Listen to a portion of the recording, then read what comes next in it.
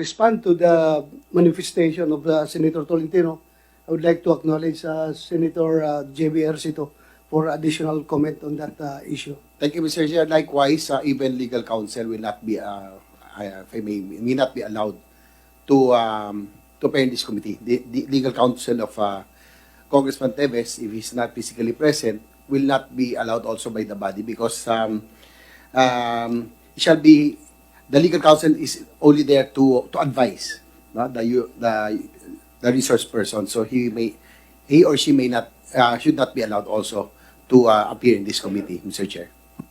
Thank you, Your Honor, Senator J.B. Ercito. Mr. Chairman. Yeah, go ahead, Senator Tolentino. With all due respect, I think, Mr. Chairman, even with the absence of Congressman Teves and the manifestation coming from Senator J.B. Ercito, the non-inclusion here of any counsel, Mr. Chairman, this committee, I believe, would be observing the constitutional right to due process of any person of interest subject to the investigation of this committee. Kung ano pa mangyari, Mr. Chairman, naniniwala po ako na sa ilalim ng inyong pamumuno, we will observe due process, Mr. Chairman.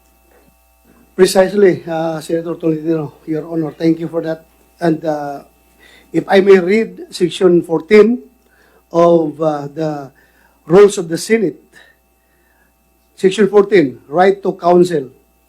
At every hearing, public or executive, every witness shall be accorded the right of having a counsel of his own choice.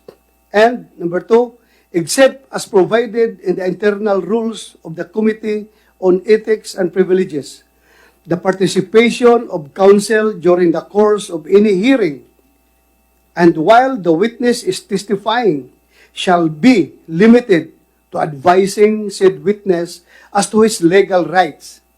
Counsel shall not be committed to engage in oral argument with the committee, but shall confine his activity to the area of legal advice to his client.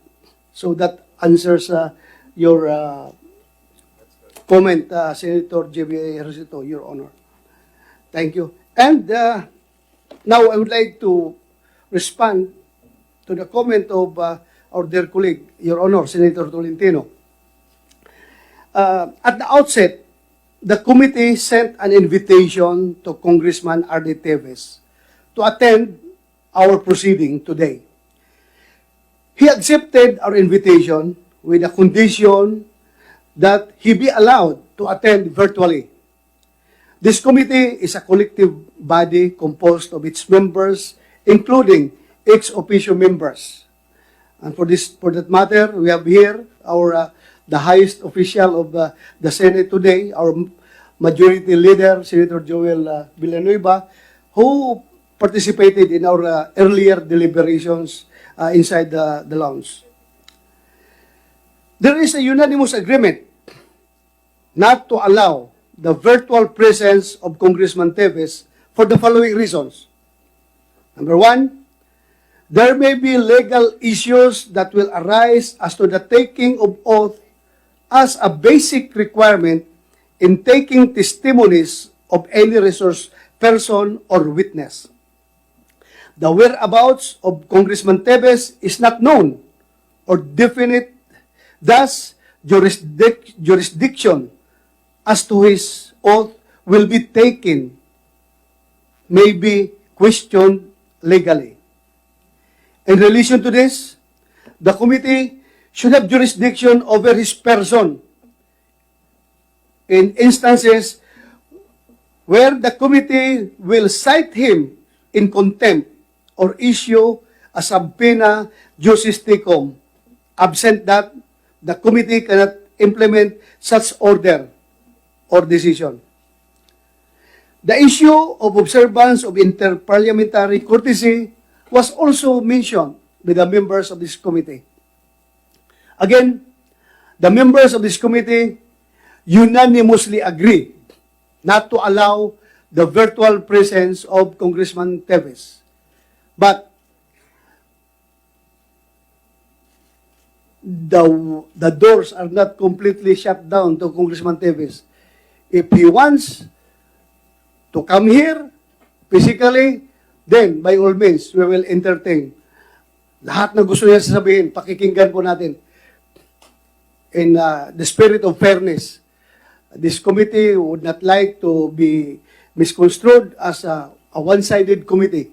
We want to open up all legal avenues para mapakinggan ang both sides.